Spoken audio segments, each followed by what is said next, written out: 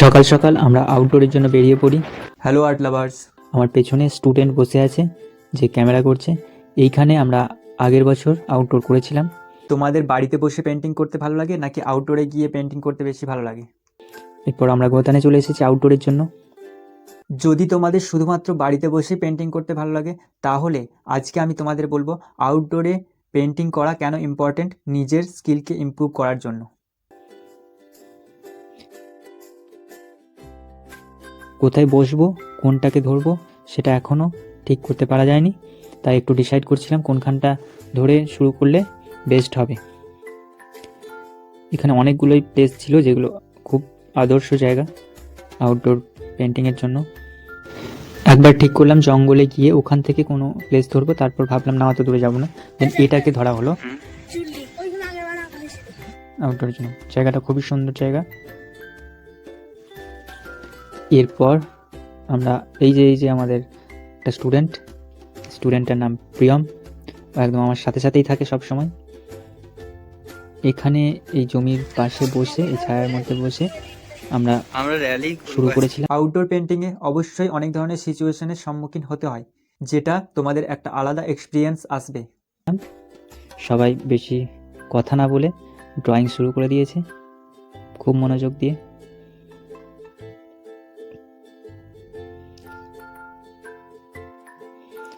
ছেলেগুলো একটু লেটে আসার জন্য অতটা স্কেচ করতে পারেনি, তো এদের প্রায় কমপ্লিট হয়ে এসেছে ড্রয়িংটা।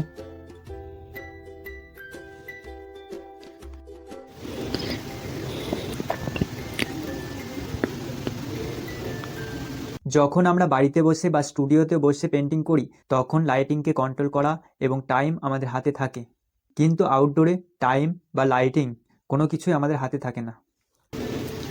এটা স্কেচ করা হয়েছে কালার করার জন্য। তারপর একটা সবার ছবি তুলে নিই।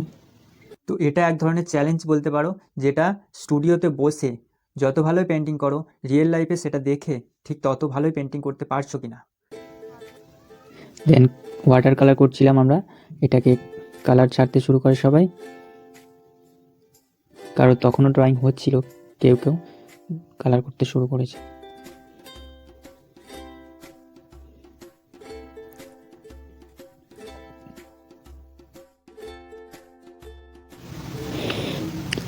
শীতকালে আমরা আউটডোর করছি, গায়ে হালকা রোদ লাগছে, তাই বেশ ভালো লাগছে সবাইকে।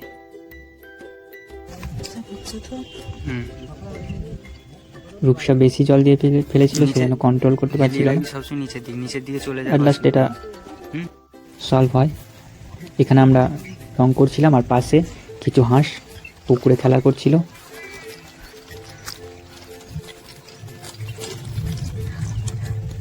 পুরো নিস্তব্ধ জায়গা, খুব সুন্দর প্রাকৃতিক পরিবেশ। এটা আউটডোরের জন্য একদম আইডিয়াল জায়গা। ধীরে ধীরে আমরা এক্সপার্ট হতে থাকি ও রিয়েলিস্টিক কালারকে পেপারে অ্যাপ্লাই করতে শিখি। তারপর এখানে কালার ছাড়া হয়েছে, টোন দেওয়া বাকি আছে এবং এদেরও কিছু কিছু কালার কমপ্লিট হয়েছে। তোমরা অনেক নতুন কিছু শিখতে পারবে যখন আউটডোর পেন্টিং করতে যাবে।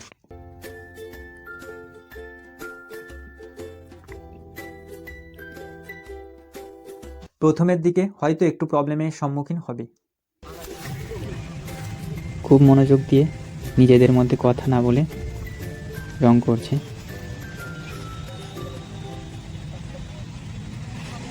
কোনো ফটো দেখে পেন্টিং করা আর আউটডোরে গিয়ে স্পটে সেটাকে দেখে পেন্টিং করা অনেক আলাদা। এই ব্যাপারগুলো বাড়ির বাইরে এসে তবে শিখতে পারবে, বাড়িতে বসেই সব কিছু শেখা যায় না। তারপর ডিসাইড করলাম ওই দূরে এই জঙ্গলে 2-3 জন যাব। দেন অনেকজনই আমাদের সাথে এলো, আমরা এইভাবে লাফিয়ে গেলাম।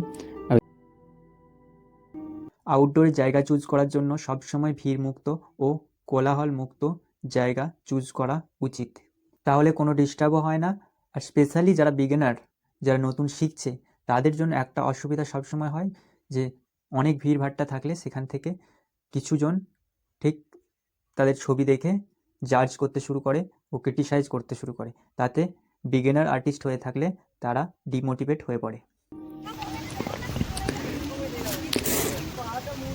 ওই দূরে আমরা বসেছিলাম, কিছু জন এখনও আছে ওখানে। আর এরা কি বলছে, সাবস্ক্রাইব করার কথা বলছে। তোমরা অবশ্যই চ্যানেলটা সাবস্ক্রাইব করে দেবে। আর এরা আউটডোরে গিয়ে খুবই খুশি ছিল, দেখো প্রত্যেকের মুখে হাসি। তো আমরাও সেই ধরনের জায়গায় চুজ করেছিলাম যেখানে আশেপাশে লোকজনের পরিমাণ কম।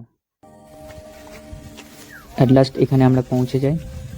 জায়গাটা খুবই সুন্দর ছিল। এখানে একটা পিকনিক করার প্ল্যান আছে। একটা ছোট্ট জলাশয়, চারিদিকে গাছ, আর দূরে একটা ছোট্ট কুঠি। খুব সুন্দর মনোরম জায়গা। দেখি এখানে স্টুডেন্টরা কিছু বক্তব্য রাখছে।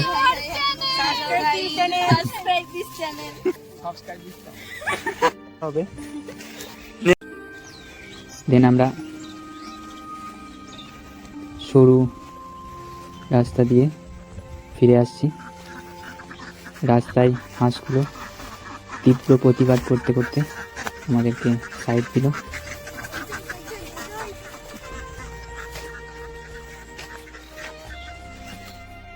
এখানে এসে আবার রং করতে বসি, টোন দিতে শুরু করি। মনোযোগ দিয়ে সবাই করছে।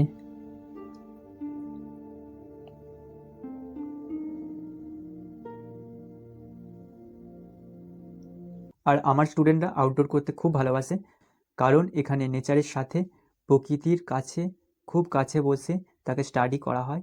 এটা একটা আলাদা ফিলিংস, এটা যারা আউটডোর করে শুধুমাত্র তারাই বুঝতে পারবে।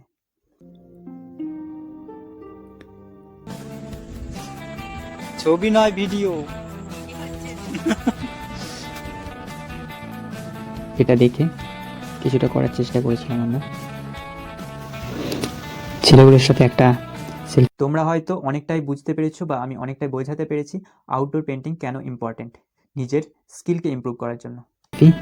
সবার সাথে একটা সেলফি, তারপর বাড়ি।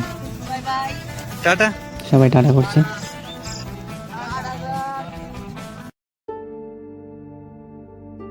যাই হোক, পরবর্তী ভিডিও নিয়ে খুব তাড়াতাড়ি ফিরে আসছি।